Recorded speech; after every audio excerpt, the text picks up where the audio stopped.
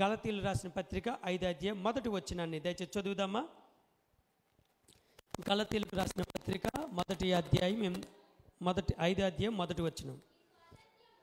ఈ స్వాతంత్ర్యము అనుగ్రహించి క్రీస్తు మనలను స్వతంత్రులుగా చేసి ఉన్నాడు. కాబట్టి మీరు స్థిరముగా నిలిచి మరల దాస్యమును కాడి క్రింద చిక్కుకొనకడి. చాలు. పరిశుద్ధుడా, మీకు వందనాలు తండ్రి. ఈ లేఖన సత్యాల నుంచి మరి నీ బిడ్డలతో మీరు ఏది మాట్లాడిని ఇష్టపడుతున్నారో నీ దాసుని నన్ను మరుగుపరిచి నువ్వు నోరు తెరుము, దాన్ని నేను బాగుగా నింపేదనని సెలవిచ్చినట్టుగా మీరే సూటిగా స్పష్టంగా నీ బిడ్డలతో మాట్లాడమని, వినగలిగే చెవి, చూడగలిగే కొన్ని, గ్రహించగల మనసు మాలో ప్రతి ఒక్కరికి దయచేయమని యేసు ఉన్నతమైన శ్రేష్టమైన నామంలో అడిగి ప్రార్థన చేస్తున్నాం తండ్రి. ఆమేన్. ఒకసారి అందరూ ఆమేన్ చెప్దామా.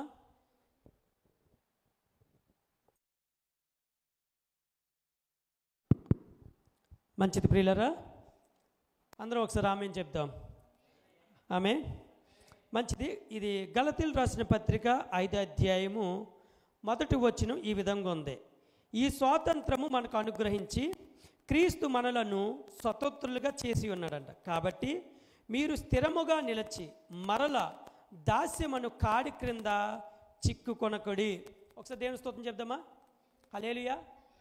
ఇక్కడ ఏమన్నాడంటే క్రీస్తు అంట మనకి స్వాతంత్రం అనుగ్రహించాడంట. ఏమన్నాడండి? క్రీస్తు మనలకు ఈ స్వాతంత్రము అనుగ్రహించాడంట. ఏ స్వాతంత్రము? ఈ స్వాతంత్రం అంటే, స్వాతంత్రం అంటే ఏంటి? ఫ్రీడమ్ అనగా స్వేచ్ఛ కదా. అయితే క్రీస్తు అంట మనకి ఈ స్వతంత్రాన్ని అనుగ్రహించాడంట. అయితే పౌలు అంటున్నాడు, మరలా మీరు పొందుకున్న ఈ స్వాతంత్రాన్ని విడిచిపెట్టి దాస్యమును కాడి క్రిందకు మీరు వెళ్ళవద్దంట. అయితే బైబిల్లో 2 స్వతంత్రాలు ఉన్నాయండి. జాగ్రత్తగా పిల్లరా, బైబిల్ ఎన్ని ఉన్నాయి? 2 స్వతంత్రాలు ఉన్నాయి. ఏంటి అంటే, మొట్టమొదటి స్వాతంత్ర్యము ఐగుప్తు దేశంలో 430 సంవత్సరాలు బానిసలుగా ఉన్న ఇజ్రాయేలీలను మోషే అని ఒక గొప్ప ప్రవక్తను ఎన్నుకుని, ఎన్ని సంవత్సరాలు? 430 సంవత్సరాలు. ఎక్కడున్నారు ఇజ్రాయేలీలు? ఐగుప్తు దేశంలో. బానిసలుగా ఉన్న ఐగుప్తు దేశంలో 430 సంవత్సరాలు దాస్యం అనే కాడి క్రింద నలిగిపోతున్న ఇజ్రాయేలీలను అనగా హెబ్రీలను మోషే అనే ఒక గొప్ప ప్రవక్తను ఎన్నుకుని దేవుడు ఒక్క యుద్ధము కూడా లేకుండా, అనగా ఇజ్రాయేలీలకు అలాగే ఐగుప్తులకు యుద్ధము లేకుండా దేవుడైన యెహోవాయే 10 తగిళ్ళ చేత వారితో దేవుడే యెహోవాయే యుద్ధం చేసి ఇజ్రాయేలీలను తాను వాగ్దానం చేసిన కానాను దేశానికి నడిపించాడే. అదే మొట్టమొదటి స్వాతంత్రము. దేవుని స్తోత్రం చెప్పాలి. హల్లెలూయా. అర్థమైంది ప్రియులారా. అనగా ఇజ్రాయేలీలు 70 మందిగా యాకోబు సంతానంగా గోషేను పట్టణానికి వెళ్ళి అక్కడ నివసిస్తున్నప్పుడు దేవుడు ఎరుగని, అనగా యెహోవా ఎరగని ఫరో అనే ఒకడు బయలుదేరి శత్రువులు వచ్చినప్పుడు ఈ హెబ్రీలు మన మీదకి దాడి చేసి వాళ్ళతో చేతులు కడుపుతారేమో అని చెప్పి ఇజ్రాయేలీలను వెట్టి పనులు చేయడానికి అప్పగించి, ఇటుకల పని చేయడానికి, దాస్యాల పని చేయడానికి, వెట్టి చాకరీ చేయడానికి ఇజ్రాయేలీలను అప్పగించినప్పుడు 430 సంవత్సరాలు వాళ్ళు మగ్గిపోయి నలిగిపోయి వేచారిపోయినప్పుడు వాళ్ళ మూలుగులు ఆకాశాన్ని అంటినప్పుడు దేవుడైన యెహోవా మోషేని పంపించి అంటాడు కదా, మోషే, నా ప్రజలైన ఇజ్రాయేల్ యొక్క మూలుగులు నాకు వినబడింది, నువ్వు వెళ్ళి నా ప్రజలైన ఇజ్రాయేలీలు చేస్తున్న మూలుగు నాకు వినపడింది. కాబట్టి అదుగో ఫరో అనే వాడు ఐగుప్తీల చేతిలో బానిసలుగా నలిగిపోతూ అల్లాడిపోతున్న నా ప్రజలను నువ్వు విడిపించి తీసుకుంటురా అని అంటాడనమాట. మోషే అంటాడు కదా, ప్రభువా నేను నెత్తివాడిని. ఏమంటాడు? నేను నెత్తివాడిని, నేను మాట్లాడలేను అన్నప్పుడు మోషే అంటాడు, మోషే నెత్తివాడిగా సృష్టించిన వాడిని నేను కాదా? గుడ్డివాడిగా సృష్టించిన వాడిని నేను కాదుగా? ఓచ చేయగల వాడిని సృష్టించిన వాడిని నేను కాదా? సమస్తాన్ని సృష్టించింది నేనే. కానీ నీ అన్న అయిన అహరోను నీకు దేవుడిగా ఉంటాడు, నువ్వు వెళ్ళు అన్నప్పుడు మోషే బయలుదేరాడు, ఒక కర్ర పట్టుకున్నాడు, బయలుదేరాడు. తాను చెప్పినట్టుగా తన ప్రజలైన ఇజ్రాయేలీ వద్దకు వచ్చినప్పుడు వారి వెట్టి చాకిరి, వారి వెట్టి పనులు చూసినప్పుడు ఫరో వాళ్ళని ఎంతగా బాధించి నలగొట్టి హింసిస్తున్నాడో మోషే చూసినప్పుడు తన ప్రాణం అల్లాడిపోయి ఫరో వద్దకు వెళ్ళి అడుగుతాడు కదా, ఫరో, మేము మా దేవుడైన యెహోవాను ఆరాధించుకోవడానికి మేము అరణ్య భూమికి వెళ్ళాలి, మా ప్రజలలో ఏ ఒక్కరు ఇక్కడ ఉండడానికి వీల్లేదు, పశువైనా డెక్కైనా ఏదైనా ఉండడానికి వీల్లేదు, నువ్వు మమ్మల్ని ఆరాధించుకోవడానికి పంపించినప్పుడు ఫరో తన హృదయాన్ని కఠినం చేసుకుని ఏమంటాడో తెలుసా? యెహోవా ఎవడు, ఏమన్నాడు? యెహోవా ఎవడు అన్నప్పుడు ఆ యెహోవా ఎవడో దేవుడు చూపించాడు. 10 తెగుళ్ళ చేత ఐగుప్తులను బానిసలుగా మార్చిన ఇజ్రాయేలీలను వారి యొక్క కొట్టుబాట్లను తెంపడానికి ఇజ్రాయేల్ ఏమి కత్తులు, కరాటీలు లేదా గుదుబండలు, బాణాలు ఏమి పట్టుకోలే. దేవుడైన యెహోవాయే ప్రకృతిని ఉపయోగించుకుని, ఈ సృష్టిని ఉపయోగించుకుని ఐగుప్తులకు బుద్ధి చెప్పాడండి. హల్లెలూయా. అంటాడు కదా మోషేతో, మోషే సాగిపో, ఈరోజు మీరు చూస్తున్న ఈ ఐగుప్తులు ఎవరైతే ఉన్నారో ఇంక ఎన్నడూ మీరు ఐగుప్తులను చూడరు. ఎలా సాగనింపారో తెలుసండి ఐగుప్తులను? ఎలా? వారంట బంగారం అడుగుతుంటే బంగారం తెచ్చిచ్చారంట, వెండి అడుగుతుంటే వెండి తెచ్చిచ్చారంట. వాళ్ళు ఒక అమ్మాయిని అత్తగారింటికి పంపిస్తున్నప్పుడు సారీ పెట్టి పంపిస్తారు, మంచాలు, బీరువాలు, సోఫా సెట్లు ఒక సారీ పెట్టి పంపిస్తారు. అలాగే ఐగుప్తుల చేతుల్లో నలిగిపోయిన ఇజ్రాయేలుకు దేవుడు ప్రమాణం చేశాడు, మీరున్న ఐగుప్తుల దగ్గరికి వెళ్ళి మీరు అడిగి బంగారము, వెండి అడిగి మీకు ఎంత కావాలితే అంత అడిగి తీసుకోండి, వాళ్ళు ఇస్తారు అంతే అన్నాడు. ఐగుప్తీయుల దగ్గరికి వెళ్ళి ఇజ్రాయేల్ వెళ్ళిపోతున్నప్పుడు అడుగుతుంటే అప్పుడు దాకా కఠినమైపోయిన ఐగుప్తీయులు, అప్పుడు దాకా వీళ్ళని వెట్టు పనులు చేసి బానిసలు కొన్న వీళ్ళ నలగొట్టిన ఐగుప్తీయులు ఒక్కసారిగా బంగారం అడుగుతుంటే 2 ఇస్తున్నారంట, 3 అడిగితే 4 ఇస్తున్నారు. బంగారము, వెండి, రాగి, ఇత్తడి ఏ దరిగితాడి కొల్ల సొమ్ము దోసుకున్నారు అంతే. ఇక్కడ పాఠం మనం నేర్చుకోవాలి, ఏంటో తెలుసా? నీ సమయం వచ్చినప్పుడు ఏ శత్రువు అయితే ఉన్నాడో, ఏ ఒక్కడైతే శత్రువు ఉన్నాడో వాడు నీకు ఆహారం పెడతాడు. ఆమేన్ చెప్పరా? హల్లెలూయా. ఎవడైతే నిన్ను కింద పడేయాలనుకున్నాడో, ఎవడైతే నిన్ను తొక్కాలనుకున్నాడో, ఎవడైతే నిన్ను పైకి రాకుండా చూడాలనుకున్నాడో, ఎవరైతే నిన్ను అనగొట్టాలనుకున్నాడో దేవుడు వాడి చేతే నీకు మంచి భోజనం పెట్టేస్తాడు. ఆమేన్. 430 సంవత్సరాలు బానిసలు కొన్న ఇజ్రాయేలులకు ఏ ఐగుప్తీయులైతే వెట్టు పనులు చేశారో అదే ఐగుప్తీయుల చేత బంగారము, వెండి, రాగి, ఇత్తడి ప్రతిదీ కూడా ఇప్పించి దేవుడు పంపించాడు. తాను వాగ్దానం చేసిన కానాను భూమికి పంపించాడు.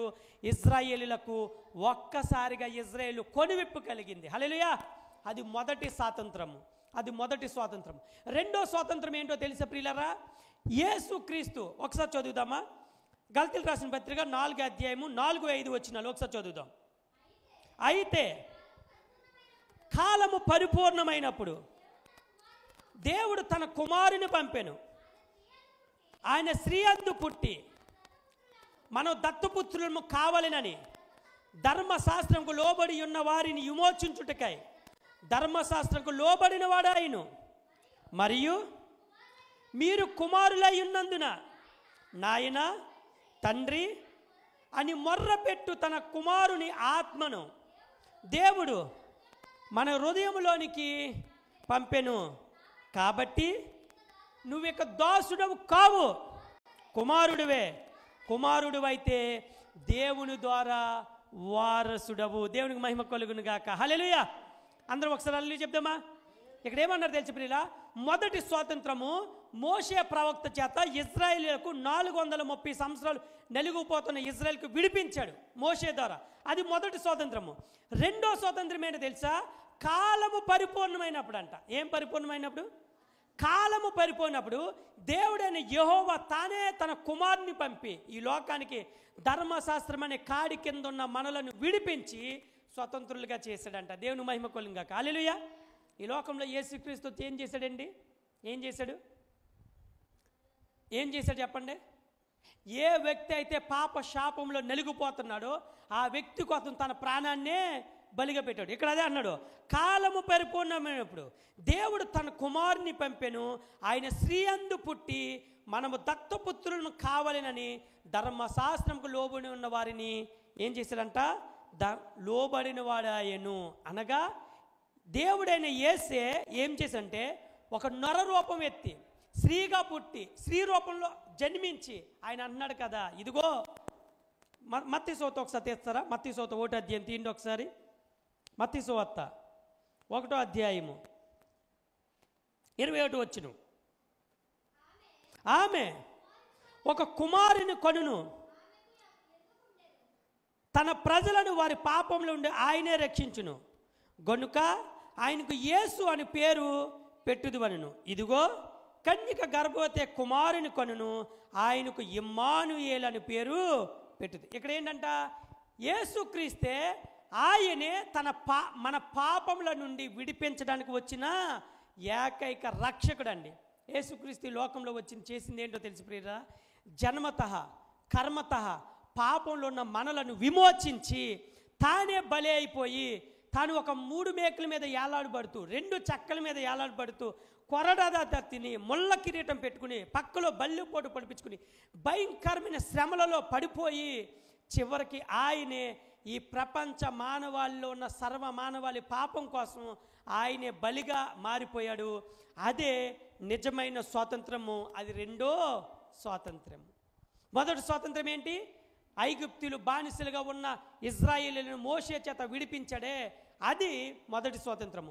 రెండో స్వాతంత్రం ఏంటంటే యేసుక్రీస్తే ఈ లోకానికి వచ్చి తను సిలువలో బలి అయిపోయి సర్వ మానవాళి కోసం పాప పరిహారార్థమే రక్షణార్థం కోసం బలి అయిపోయి తానే ఒక విమోచకుడిగా మారాడే, అది రెండో స్వాతంత్రము. ఇప్పుడు నువ్వు నేను స్వాతంత్రంలోకి ప్రవేశించాలంటే ఏం చేయాలి? మొదటి స్వాతంత్రము మోషే ద్వారా దేవుడు ఇప్పించాడు. రెండో స్వాతంత్రము తన కుమారుడైన యేసుక్రీస్తు ద్వారా ఇప్పించాడు సర్వమానవాళి కోసం. అయితే ఇప్పుడు నీవు నేను స్వాతంత్రంలోకి ప్రవేశించాలంటే ఏం చేయాలి? ఒకటే, మొట్టమొదటి చెప్తున్నా, నువ్వు పాపం అనే బంధకాల నుంచి విడిపించబడాలి. ఏం విడిపించబడాలి? పాపం అనే బంధకాల నుంచి సంపూర్ణంగా విడిపించబడమే నిజమైన స్వాతంత్రము. ఈరోజు మనిషికి అన్నిటికి స్వేచ్ఛ ఉంది, కానీ పాపం చేయడానికి స్వేచ్ఛ లేదండి. నిజం చెప్పాలంటే ఏం చేయడానికి? పాపం చేయడం. కానీ ఈరోజు మనిషి పాపం చేయడానికి ఎక్కువగా కోరుకునేది ఏంటంటే స్వేచ్ఛ.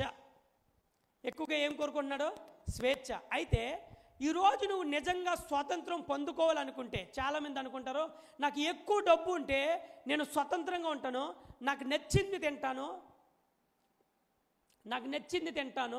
నచ్చింది కొనుక్కుంటాను, నేను ఇష్టం వచ్చినట్టు ఎంజాయ్ చేయొచ్చు అనుకుంటారు.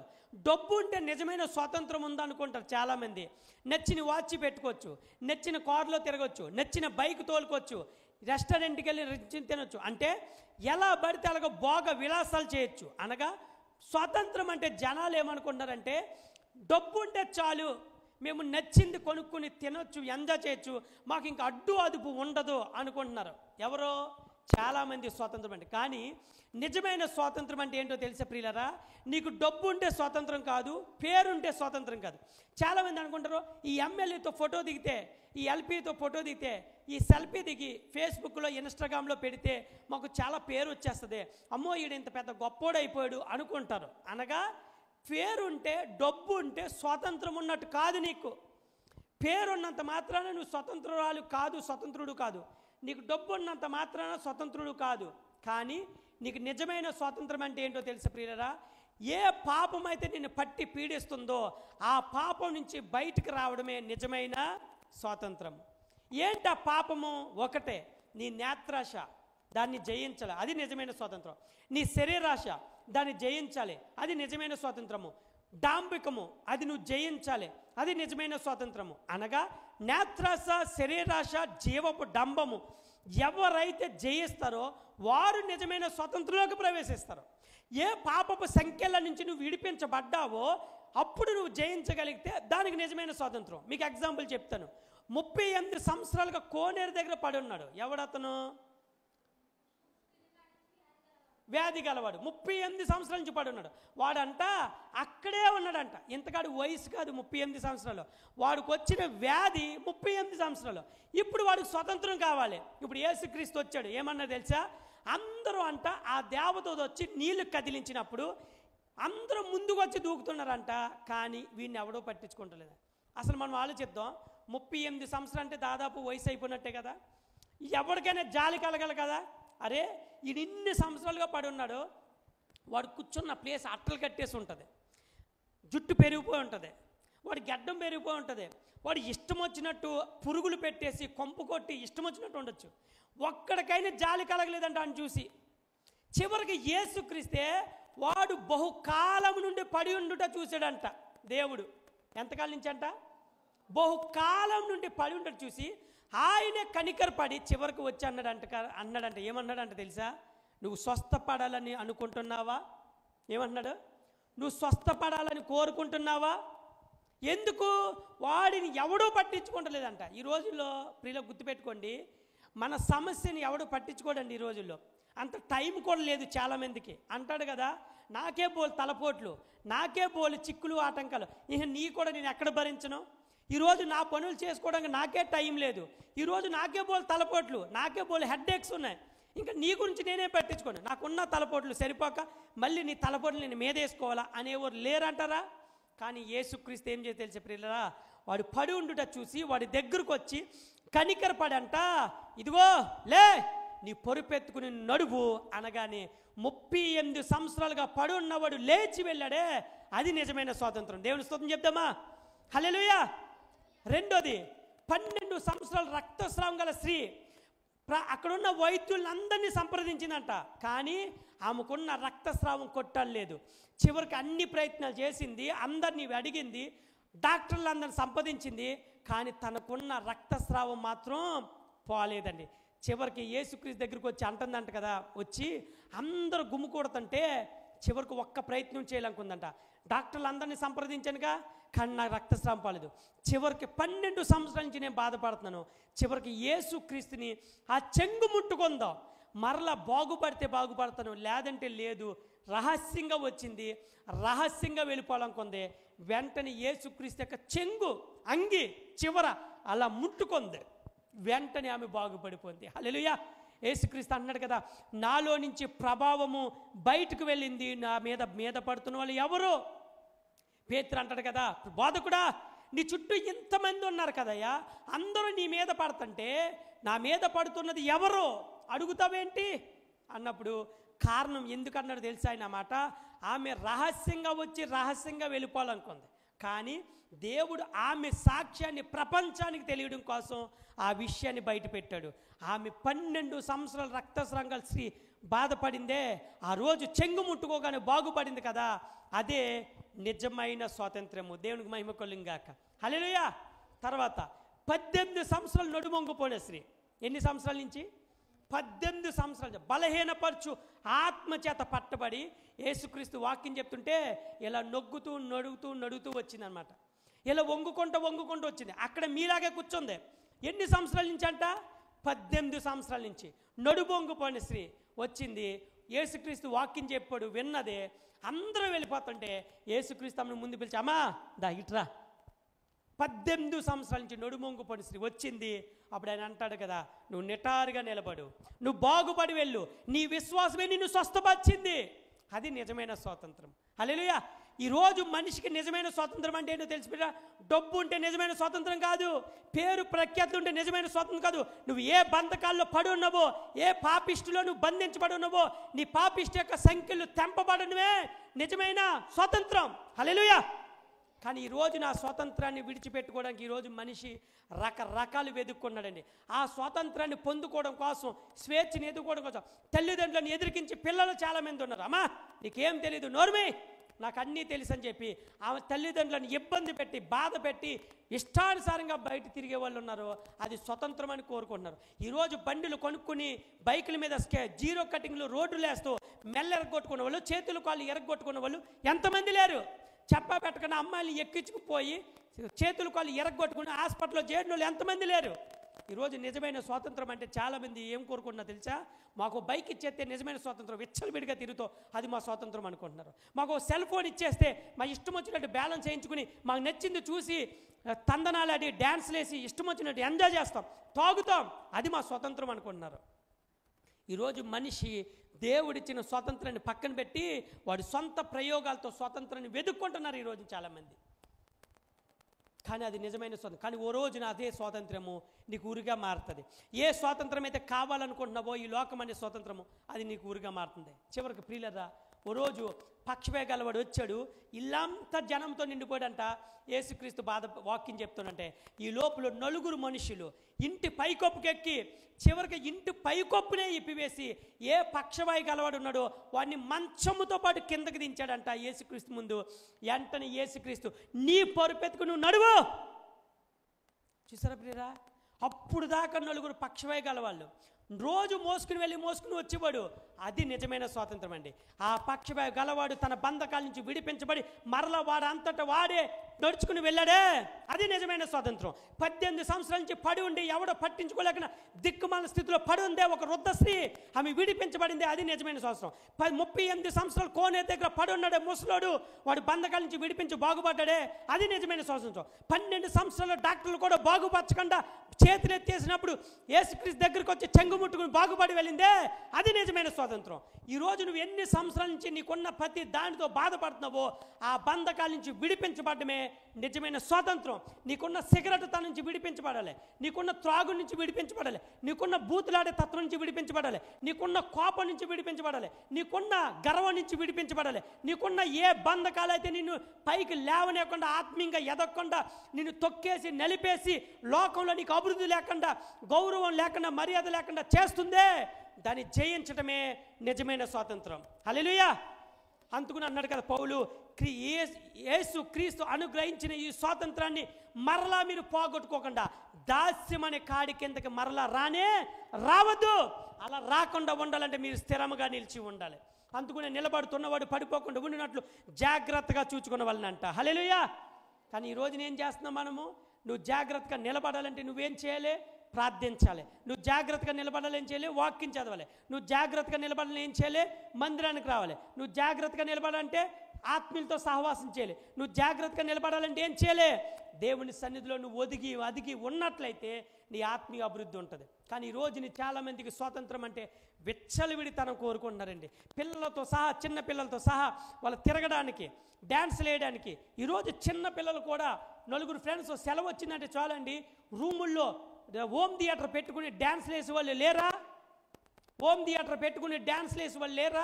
రాత్రులు 12 అవుతున్నా 11 అవుతున్నా ఫోన్ వదలకుండా కొళ్ళు లాగిపోతున్నా, నీరు కారిపోతున్నా, దుప్పట ముసుకేసుకుని చూసిన పచ్చాలు ఇంకా ఇంకా ఇంకా ఇంకా చూసి చదువు సంధ్య లేకుండా మొత్తం ఆరోగ్యాన్ని పాడు చేసుకుంటూ చదువు మీద ఇంట్రెస్ట్ లేకుండా ఉన్నవాళ్ళు లేరా? 7-8 సంవత్సరాలకే 8వ తరగతి 9వ తరగతిలే లవ్లో పడిపోయి సినిమాలకి దోషం అయిపోయి ఇచ్చలవిడిగా ఉన్నవాళ్ళు లేరా? మన ఒక అమ్మాయి 8వ తరగతి చదువుతున్నవాడు ఇంటర్మీడియట్ అమ్మాయిని లవ్ చేశాడు, కత్తొట్టుకుని నిలబడ్డాడు. మీరు మీలో ఎంతమంది చూశారు నాకు తెలియదు. 8వ తరగతి చదువుతున్న అబ్బాయి ఇంటర్మీడియట్ చదువుతున్న అమ్మాయిని ఐ లవ్ యూ చెప్పలేదని, రోజు అడుగుతుంటే చెప్తలేదని కత్తొట్టుకుని నిలబడ్డాడు. ఆడికి అదే ఐ లవ్ యూ చెప్తే అప్పుడు స్వాతంత్రం. ఆడి వయసు ఏంటి, ఆడి జ్ఞానం ఏంటి, ఆడి తెలివేంటి, ఆడు ఏం చదువుకుంటున్నాడో, తల్లిదండ్రులు ఏమంటారో వాడికి అవసరంలే. ఈరోజు అవసరంలే, ఓ మందు బాటిల్ ఇచ్చేస్తే చాలు నలుగురు ఫ్రెండ్స్. ఎంతమంది ఈ రోజుని రోడ్డు అంట వెళ్తుంటే చీకట్లో తుప్పట్లో కూర్చుని టార్చి లైట్లు వేసుకుని బిర్యానీలు తిని మందు బాటిల్ తాగుతున్న వాళ్ళు ఎంతమంది లేరు? భార్య ఉందని భర్త ఉందని లెక్క చేయకుండా వాళ్ళ కొడిపే వాళ్ళ దేవుడు అనుకుంటూ ఇష్టానుసారంగా బతుకుతున్న వాళ్ళు ఎంతమంది? లారీలకు వెళ్తారో 10 రోజులు 20 రోజులు వెళ్తూ ఉంటారో, భార్య ఉందామో భర్త ఉండడమో పిల్లలు ఉన్నారేమో ఒకసారి వెళ్ళొద్దాం చూసొద్దాం అని లేదు. వెళ్తారు, దూర ప్రాంతాలు వెళ్తారో, అక్కడ అక్రమ సంబంధాలు పెట్టుకుంటారో, ఎచ్చలవిడిగా జీవిస్తారో, ఎప్పుడో నెలకో 2 నెలకో వస్తారో, అంతే ఏడ్స్ రోగాలు తీసుకొస్తారో, మళ్ళీ భార్య కంటికి ఇస్తారు. వీళ్ళు ఎంతమంది లేరు? ఇలాగా ఈరోజు సమాజము ఎలా పడితే అలా జీవిస్తున్న వాళ్ళు ఎంతమంది లేరు? తండ్రి చేస్తే లేదని కొడుకులు తయారవుతున్నారు, కొడుకులు చేస్తే లేదని సమాజంలో పెరుగుతున్న చిన్నపిల్లలు యవనస్తులు వాళ్ళని చూసి వీళ్ళని చూసి ఎంతమంది లేరు? వాడు సిగరెట్ తోతున్నారని చెట్టు మూలకెళ్ళి ఆ గోడకెళ్ళి కాల్ చేసిన బీడీలను చుట్లను సిగరెట్లను ఎలిగించుకుని కాలుస్తున్న వాళ్ళు ఎంతమంది యవనస్తులు లేరు? ఈ రోజుని దొంగ వ్యాపారాలు చేసి వాళ్ళు డ్రగ్స్గా బానిస అయిపోతున్న వాళ్ళు ఎంతమంది లేరు ప్రియులరా? ఈరోజు ఏ బంధకాల నుంచి అయితే నువ్వు పట్టబడుతున్నావో ఆ బంధకాల నుంచి నువ్వు విడిపించబడమే నిజమైన స్వాతంత్రం అండి. మనిషికి కావాల్సిన ఆత్మరక్షణ డబ్బు ఉంటే కాదు, పేరుంటే కాదు. నువ్వు పచ్చల మెతుకులతో తిన్నా, పూరు గుడిసులో నువ్వు ఉన్నా, దేవుని కలిగి ఉన్నావంటే అదే నిజమైన స్వాతంత్రం. ఏ పాపమైతే నిన్ను ఏళ్తుందో, ఏ పాపానికైతే నువ్వు సంఖ్యలతో బంధించబడ్డావో, ఏ పాపమైతే నిన్ను వెంటాడుతూ ఉందో, దీని నుంచి నేను బయటకు రాలేకపోతున్నాను. ఎంతమంది ఈ రోజున యవనస్తులు అంటే అమ్మాయిలు కూడా ఫోర్నోగ్రఫీకి బానిసైపోయిన వాళ్ళు లేరు. ఫోర్నోగ్రఫీకి చిన్న వయసులోనే ఎడిక్ట్ అయిపోయి దీనిలోంచి నేను బయటపడలేకపోతున్నాను, దీనిలోంచి నేను రాలేకపోతున్నాను అయ్యో అని చెప్పి వెబ్సైట్లోకి వెళ్ళిపోయి రకరకాల యాప్స్ డౌన్లోడ్ చేసుకుని గూగుల్లోకి వెళ్ళిపోయి ఇష్టానుసారంగా ఫోర్నోగ్రఫీ చూస్తూ వాళ్ళ శరీరాలను పాడు చేసుకుని బలహీనమైపోయి చివరికి వాళ్ళు ఏం చేయాలో కూడా అర్థం కాక తల్లిదండ్రులకు దొరికిపోతున్నారు. ఒక అమ్మాయి మొన్న ఇంటర్మీడియట్ ఏంటి 10th క్లాస్కి వస్తుంది ఆ అమ్మాయి, మన సెలవుల్లో సిస్టంలో ఆ నాన్న చూస్తున్నాడంట ఈ ఫోర్నోగ్రాఫ్సీ. ఈ అమ్మాయి వాళ్ళ నాన్న ఏం చూస్తున్నాడని ఈ అమ్మాయి తిరగెత్తే అవి ఉంటే ఇదేంటని చెప్పి తెలిసి తెల్లబోసి ఆ అమ్మాయి చూసి వాళ్ళ అమ్మ చూసింది. వెంటనే ఏం చేయాలో అర్థం కాక ఏంటే ఈ బుద్ధి ఏంటంటే, అమ్మ నేను కాదు నాన్న చూస్తున్నాడు. ఇది ఎవరు చూస్తున్నారంట? మీ నాన్నకి అంటుకుందా ఈ రోగం? మీ నాన్న అంటే తల్లి కిరోసిన్ పోసుకుంటా తయారైంది చివరికి. ఏమండి ఏంటిందంటే, అయ్యో నాకు ఇప్పుడు కాదు, నా వయసులో నా యవన కాలం నుంచే ఉంది ఇది, నాకు నన్ను మోసం చేసావు కదా నీకు గొల్లుమని ఏడ్చింది. నేను జయించలేకపోతున్నాను దీన్ని. మీరందరూ పడుకున్నాక మీరందరూ బయటికి వెళ్ళిన తర్వాత నా పని ఇదే, వచ్చిన తర్వాత మళ్ళీ కట్టేస్తాడు అంతే. ఎంతమంది లేరు బానిసైపోయి పోర్నోగ్రఫీకి బానిసైపోతున్నారు. ఈరోజు చాలామంది బానిసైపోయి వాళ్ళ శరీరాలు పెళ్ళికి ముందే అపవిత్రపరుచుకుని, పెళ్ళికి ముందే వాళ్ళ జీవితాలు పాడు చేసుకుని, పెళ్ళికి ముందే అన్నీ తెలుసుకుని ఇదే నా లోకం అని చెప్పి ఇష్టానుసారంగా పాడైపోతున్న వాళ్ళు ఎంతమంది లేరండి. స్వతంత్రం అంటే ప్రియులరా, నీకు నచ్చినట్టు జీవించడం స్వాతంత్రం కాదు. ఏ బంధకాల నుంచి నువ్వు విడిపించబడాలనుకున్నావో దాని నుంచి బయటపడడమే నిజమైన స్వాతంత్రం. ఈరోజు చిన్న వయసులో తల్లిదండ్రులు కూడా భయం చెప్పట్లేదు పిల్లలకే. నచ్చిన సెల్ ఫోన్ కొనిచ్చేస్తున్నారు 7,000, 8,000, 10,000కి నచ్చింది. అమ్మ నాకు సెల్ ఫోన్ కావాలి, నాకు బైక్ కావాలంటే చిన్న వయసులో కొనే నలుగురు నేసుకుని తిరుగుతున్నాడు అంతే. ఆ బైక్ మోజులో 10 మంది నలుగురు రారా అంతే తిప్పుతున్నాడు. చదువులు సంజయలు అవసరం లేదు వాళ్ళకి, ఫ్రెండ్స్తో తిరగడమే, ఆటలు పాటలు గోళ్ళు అంతే. జాయిగా ఏదో అమ్మాయి తగిలితుంది మళ్ళీ చాటింగ్ అంతే. జీవితం ఎటు వెళ్ళిపోతుంది, నీ ప్రయాణం ఎటు వెళ్ళిపోతుంది, దేవుడు నీ కొరకు దాచిపెట్టిన మేలులు ఏమైపోతున్నాయి, నీ ఉన్నతమైన భవిష్యత్తు ఏమైపోతుంది. ఒకడు చూసి ఒకడు యవనస్తుడు నేర్చుకున్నాడు. ఫ్రెండ్షిప్ మాయలో పడిపోయి, ఫ్రెండ్షిప్ అని మాయలో పడిపోయి ఇష్టానుసారంగా జీవిస్తున్న అంశం చాలామంది ఉన్నారు. ప్రియురా వెళ్ళిపోతారు, బజార్కి వెళ్ళిపోతారు అంతే, వాళ్ళు నచ్చింది కొనుక్కుంటారు. ఈ మధ్య చిన్న వయసులోనే అన్నిటికి అలవాటు పడిపోతున్నారు. బజార్కి వెళ్ళిపోతారు, ఎంజాయ్ చేస్తారు, రారా అంటారు. చిన్న వయసులోనే గ్యాంగిజం, గ్రూపిజం, రారా బజ్జీలు తిందాం, రారా పుణుకు తిందాం, రారా థమ్సప్ తాగుదాం. చిన్న వయసులోనే గ్యాంగ్లో గ్రూప్ మెంటెనెన్స్. ప్రియులారా గుర్తుపెట్టుకోండి, నీకు ఉండాలంటే బెస్ట్ ఫ్రెండ్ ఉండాలి. ఓ రోజంతా తండ్రి బర్త్డే చేస్తున్నాడు తన కొడుక్కి, జాగ్రత్తగానండి. బర్త్డే చేస్తుంటే, డాడీ రేపు నా బర్త్డే, నా ఫ్రెండ్స్ నేను దాదాపు 100 నుంచి 150 మందిని ఇన్వైట్ చేశాను. ఏది తక్కువగా అవుతుందో డాడీ, నా ఫ్రెండ్స్కి ఏది తక్కువ, మన ప్రెస్టేజ్ తగ్గట్టుగా చేయాలనుకున్నంట. ఆ లిస్ట్ నాకు ఇవ్వన్నాడంట తండ్రి. ఇచ్చాడంట తండ్రికి ఇచ్చాడంట కొడుకు. అందులో నానా ఈ పక్కన ఫోన్ నెంబర్లు కూడా రాయిరా అన్నాడంట తండ్రి. ఎందుకు డాడీ అంటే ఇన్వైట్ చేస్తాను అన్నాడంట తండ్రి. నిజమేనో అనుకుని వాళ్ళు ఫోన్ నెంబర్లు కూడా రాసి, ఇదిగో డాడీ 150 మంది నా ఫ్రెండ్స్, 10th క్లాస్ నుంచి ఇంటర్మీడియట్, డిగ్రీ, పీజీ వరకు నా ఫ్రెండ్స్ అందరిని ఇన్వైట్ చేశాను. దీంట్లో పాటు ఎవరైతే నా బెస్ట్ ఫ్రెండ్స్ ఉన్నారో వాళ్ళని హైలైట్ చేసిన వాళ్ళు మాత్రం మిస్ అవ్వకూడదు అన్నాడంట. దాదాపు 150 మంది పేర్లు ఇచ్చంట, ఫోన్ నెంబర్లు రాసంట. తండ్రి ఆఫీస్కి వెళ్ళిన తర్వాత ఖాళీ టైం చూసుకుని వారం రోజుల పాటుగా రోజుకి ఒక 20 మందికి 25 మందికి ఫోన్లు చేశాడంట. ఏమని చేశాడంటే తెలుసా, ఒరే మీ ఫ్రెండ్ ఆపదలో ఉన్నాడు, ఐసీయూలో అడ్మిట్ అవుతాడు, కాసేపు ఉంటే రెండ్రా, భయంకరమైన యాక్సిడెంట్ అయిపోయింది రెండ్రా అంటే, మొదటి వాళ్ళు అన్నారంట, డాడీ అంకుల్ ఎక్కడ చెప్పు అన్నాడంట. ఎక్కడ పలానా చోట రండి అంటే, అలాగే గంటలో వచ్చేస్తాం అన్నాడంట. అలాగా ఇంకొకటి అన్నాడంట, ఎంత ఒరే మీ డాడీ ఐసీయూలో, మీ ఫ్రెండ్ ఐసీయూలో ఉన్నాడరా, 1 లక్ష రూపాయలు తీసుకుంటారా, ఇబ్బంది అవుతుంది, నాకు తక్కువగా ఉన్నాయంటే, డాడీ అంకుల్ మొన్నే ఫీజు కట్టేశాను, 1 లక్ష రూపాయలు కూడా లేవు కదా, 10,000 కూడా లేవు, సారీ అంకుల్ నేను వస్తాను కానీ డబ్బులు తేలానంట. ఇలాగ 150 మందికి ఫోన్లు చేశాడంట. ఆడి ఫ్రెండ్కి యాక్సిడెంట్ అయిందని, ఐసీయూలో ఉన్నారని, డబ్బులు తీసిరా అంటే, హెల్ప్ చేయి సహాయం చేయంటే 150 మందిలో వచ్చిన వాళ్ళు ముగ్గురేనంట. 150 మందిలో వచ్చిన వాళ్ళు ముగ్గురే. తండ్రి పిలిచాడంట, బర్త్డే కాదు నడిపించంట, అనుకుంటున్నాడంట ఈడు నా ఫ్రెండ్స్ వచ్చేస్తారు అని చెప్పి అన్ని డ్రింక్స్ అన్నీ రెడీ చేసేకి 1 గంట అవుతున్నా 2 గంటలు అవుతున్నా ఒకళ్ళు వచ్చారంట, ఇద్దరు వచ్చారంట, చివరికి ముగ్గురు వచ్చారంట. డాడీ ఏంటి మా ఫ్రెండ్స్ని ఇన్వైట్ చేసినన్నావు, ఒక్కడు రావట్లేదు, యారా ఏంటి మీరే వచ్చారండి. ఏమోరా మేమే వచ్చాం, మాకే చెప్పారు, నేనే వచ్చాం అన్నాడంట. డాడీ ఏరి 150 మంది ఏరంటే. అప్పుడు డాడీ అన్నంట, రే నువ్వు అనుకుంటున్నావే 150 మంది నీ ఫ్రెండ్స్ అని, అందులో ఇలా ముగ్గురే కరెక్ట్. నీకు ఎలా చెప్తున్నా డాడీ, నీకు ఆపద అయింది, ప్రమాదం అయింది, యాక్సిడెంట్లో పడింది, రా వచ్చి చూడు అంటే ఒక్కొక్కడు ఒక్కొక్క కారణం చెప్పాడు. నాకు ఖాళీ లేదన్నవాడు ఒకడు, డబ్బు తీసుకురా, ఒక 50,000 తీసుకురా, 1,00,000 రూపాయలు తీసుకురా, సాయం చేయంటే, అంకుల్ మాకు అలాంటి అలవాటు లేదు డాడీ, మా ఇంట్లో ఒప్పుకోరు, నా దగ్గర అంత క్యాష్ లేదు. కహానీలు చెప్పారు. నీకు నిజమైన ఆపద వచ్చినప్పుడు, లేదా నీకు ఆపదలో ఉన్నప్పుడు ఎవరైతే నిన్ను ప్రేమించి అర్థం చేసుకుని వస్తారో వారేరా నిజమైన స్నేహితులు. ఎవరు పడితే ఆడిని నా ఫ్రెండ్ అనుకోకు, ఎవరు పడితే వాళ్ళని నా స్నేహితులు అనుకోబాక్కో. నిన్ను ఆపదను చూసి నీ కష్టంలో కష్టాన్ని పంచుకునే వాళ్ళు, నీ ఆపదలో ఆపదను పంచుకునే వాళ్ళు, నువ్వు ఏడిస్తే దుఃఖపడేవాళ్ళు, నీ సంతోషంలో సంతోషాన్ని పంచుకునే వాడరా నిజమైన ఫ్రెండ్స్. ఇప్పుడు వరకు నీ ఫ్రెండ్స్ అనుకున్నవారే వాళ్ళు ఈ ముగ్గురే కరెక్ట్. నీ కష్టం వస్తే పరిగెత్తుకుని వాడురా నీ నిజమైన ఫ్రెండ్. నీకు ఆపద వస్తే పరిగెత్తుకుని వచ్చేవాడురా నేను ప్రేమించేవాడు, నేను అర్థం చేసుకునేవాడు. నువ్వు కన్నీరు కాస్తే ఓదార్చేవాడురా నీ ఫ్రెండ్. ఎవడు పడతాడు నా ఫ్రెండ్ అని చెప్పి నీ ఫోన్లో ఎక్కించుకుని వాడిని బైకుల మీద తిప్పబాక, వాడి కోసం 1,000 రూపాయలు తగలబెట్టబాకో. నిన్ను పాడు చేసేవాడు నీ ఫ్రెండ్ కాదు. నువ్వు ఆపద కూడా సరిగ్గా చూడడానికి రానివాడు నీ ఫ్రెండ్ కాదురా. తండ్రి చెప్పినప్పుడు కొడుకు అన్నాడంట, డాడీ నిజమా ఇలా ముగ్గురేనా? ఈ అబ్బాయి 1,00,000 రూపాయలు తెచ్చాడరా, ఈ అబ్బాయి గొలుసు అమ్మి డబ్బు తెచ్చాడరా, ఈ అబ్బాయి ఆపదంటే పరిగెత్తుకుని ఉన్న పాటును వచ్చాడు. వీళ్ళే నీ ఫ్రెండ్స్. ఈరోజు స్వతంత్రం అంటే ఏంటో తెలిసే ప్రియులరా, మన పరమ తండ్రిని యేసుక్రీస్తు పాపంలో శాపంలో పడున్న నిన్ను నన్ను విడిపించడానికి దిగివచ్చాడే ఆయన నిజమైన దేవుడు. చప్పట్లు కొట్టి దేన్ని నమ్మింపదు. హల్లెలూయా. ఇదే స్వాతంత్రం అంటే. ఏ పాపంలో అయితే నువ్వు పడి ఉన్నావో, ఏ బంధకంలో అయితే నువ్వు పడి ఉన్నావో, ఆ బంధకాన్ని నిన్ను నీ బతుకు నువ్వు బతుకో, నీ చావు నువ్వు చావు అని వదిలేలేదే ఆయన నిజమైన స్నేహితుడు. ఆయన నిజమైన స్వాతంత్రం ఇవ్వడానికి వచ్చిన గొప్ప దేవుడు అండి. ఈరోజు ఈ స్వాతంత్రాన్ని పొందుకున్న నీవు నేను దీని కాలదన్ని నా ఇష్టం, నా రాజ్యం, నా బతుకు, నేను బతుకుతా, నాకు స్వాతంత్రం నాకు కావాలని బతుకుతున్నవే, ఆ స్వాతంత్రమే ఓ రోజు నీకు ఉరిగా మారుతుంది. ఏ స్వాతంత్రం అయితే మందు బాటలు పట్టుకుని బతుకుతున్నావో, ఏ స్వాతంత్రం అయితే పాపం అనే దాంట్లో పడిపోయి బతుకుతున్నావో, అదే పాపం ఓ రోజు నిన్ను పాము వల్ల కాటు వేయడానికి సిద్ధంగా ఉంది. ఇంకా నువ్వు సమయం మించింది లేదు మిత్రమా.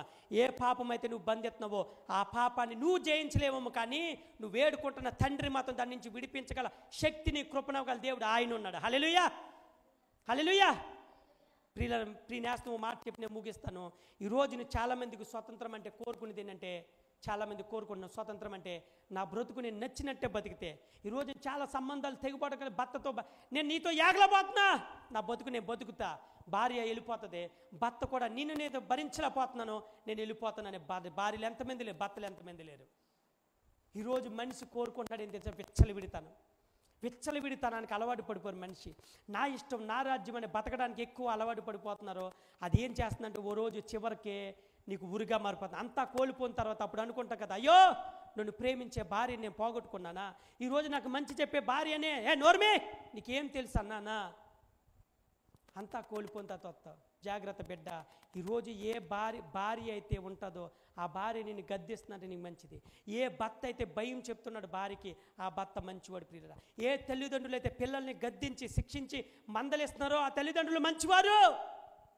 ఆ తల్లిదండ్రుల మాట జవదవద్దు బిడ్డ. ఈరోజు చాలామంది విచ్చలవిడితనానికి అలవాటు పడిపోతున్నారు. కానీ ఈరోజు పరిశుద్ధ గ్రంథాన్ని చాలామంది విడిచిపెట్టడం గల కారణం ఏంటో తెలుసా? దీంట్లో రూల్స్ ఉంటాయి, రెగ్యులేషన్స్ ఉంటాయి, దీంట్లో నియమ నిబంధనలు ఉంటాయి. అవి నీ మంచికే. ఏ బౌండరీ అయితే దాటొద్దు అంటాడో ఆ బౌండరీ అంటే నీ క్షేమం. లేదు ఆ బౌండరీ క్రాస్ చేస్తానంటే ఆ బౌండరీ రేపొద్దు నీ ప్రాణం తీస్తుందేమో, నరకానికి విడిచికెళ్తుందేమో. నిజమైన స్వాతంత్రం అంటే ఏంటో తెలిసి ప్రియులా, ఏ బంధకాలు అయితే నువ్వు బయటికి రాలేక పడలేక విడిపించబడలేక వేధిస్తూ బాధిస్తూ నేను వెంటాడుతుందో ఆ బంధకం నుంచి విడిపించబడమే నిజమైన స్వాతంత్రం. హల్లెలూయా. ఈరోజు ప్రియుల గుర్తుపెట్టుకోండి, అరచేతిలో ఉన్న ఫోన్కి ఈరోజు ఎడిక్ట్ అయిపోతున్నారండి. అరచేతిలో ఉన్న ఫోన్కి చిన్న పిల్లలకి 6వ తరగతి 4వ తరగతి చదువుతున్న పిల్లలకి హాస్పిటల్ తీసుకెళ్తుంటే స్పెట్స్ పడుతున్నాయి. వై? 6వ తరగతి 4వ తరగతి చదువుతున్న పిల్లలకు కూడా ఈరోజు స్పెట్స్ వేయించుకుంటున్నారంటే కారణం చిన్న వయసులోనే అన్నం తినిపిస్తుంటే ఆడు ఏడుతుంటే సెల్ ఫోన్లు ఇచ్చేస్తున్నారు. సెల్ ఫోన్లో అమ్మ చిలకమ్మ చిట్టు చిలకమ్మ పెట్టేస్తున్నారు. చిన్న పనిలోనే మైండ్ ఎలా తిందో రోబోలా తయారవుతుంది, మెటీరియల్గా తయారైపోతుంది. న్యాచురల్గా ఉండవలసిన ఆలోచన ఈరోజు క్యాలిక్యులేటర్ 4 అంటే ఎంత, దానికి కూడా క్యాలిక్యులేటర్ ఉపయోగిస్తుంది. మైండ్ ఉపయోగించట్లే మనిషి. ఒకప్పుడే సైంటిస్టులు, ఒకప్పుడు డాక్టర్లు గొప్పలు అయ్యారు. ఇప్పుడంతా మెటీరియల్ థింగ్ అయిపోయిందండి. జ్ఞానం ఉపయోగించట్లేదు. దేవుడు జ్ఞానం ఇచ్చాడు, తెలివిచ్చాడు, కానీ అంతా కూడా టెక్నాలజీ మీద అలవాటు పడిపోతున్నాం. బ్రెయిన్కి పని చెప్పట్లే, బ్రెయిన్కి పని చెప్పట్లే. ఈరోజు స్టూడెంట్స్ ఉన్నారు, క్లాసులు ఎగ్గొట్టమా, యూట్యూబ్లో ఉంటాయిగా, కొట్టుకుందాం. యూట్యూబ్లో పాఠాలు వినొచ్చు, నో ప్రాబ్లం. బుక్స్ ముందేసుకుని చదవడానికి రాయడానికి ఇష్టపడట్లే. చదివేద్దాం, ఎంత నాకు జ్ఞాపశక్తి ఎక్కువ, సమయం అంతా వృధా చేస్తారో. 2-3 రోజులు ఉందాక బుక్ తిరిగేస్తాడు, వాడికి ఏమి రాదో, తలపోటు వస్తాయి, హెడ్ఏక్ అవుతుంది, పోతే పని తర్వాత రాసుకుందాం వదిలేస్తాడు అంతే. సమయం అంతా వృధా చేస్తారో. లాస్ట్లో లక్షల ఫీజులు కట్టిన తల్లిదండ్రులు ఏమైపోవాలి, ఆశలు పెట్టుకున్న తల్లిదండ్రులు ఏమైపోవాలి. జాగ్రత్త. విచ్చలవిడితనానికి అలవాటు పడిపోతున్నావా, కంట్రోల్ చేసుకో. అదే నీకు అలవాటుగా మారిపోతే తర్వాత నువ్వు కంట్రోల్ చేసుకోలేవు. తాగి తందనాలాడి విచ్చలవిడితనం రకరకాలుగా సాతానుడు వలవేస్తాడండి. ఒకరిని సెల్ ఫోన్ ద్వారా పడగొడతాడు, ఒకళ్ళు కొంతమంది ఫ్రెండ్స్ ద్వారా పడగొడతాడు, ఒకళ్ళేమో అక్రమ సంబంధాలు పడగొడతారు, ఇంకొకళ్ళు డ్రగ్స్ ద్వారా ఇంకోళ్ళు విచ్చలవిడితనం పడతాడు. ఏ రకంగా పడగొట్టాలో ఆ రకంగా పడగొడతాడు సాతానుడు. కానీ ఎందుకు దేనికి నువ్వు పడిపోయావో అది నీకు తెలుసు, దేవునికి తెలుసు. అది జయించే శక్తి ప్రభా. ఈ లోకంలో ఎవడో మంచోడు కాదండి, ఎవడో పరిశుద్ధుడు లేడు, అందరం పాపులమే. కానీ మోకరించి ప్రార్థన వేడుకుంటే నా ప్రభు నిన్ను విడిపించడం గల సమర్థుడు, ఆయన రక్షకుడు, ఆయన ఎంతైనా చాలినా దేవుడు. మోకరిత్తవా, చిన్న ప్రార్థన చేసుకుందాం.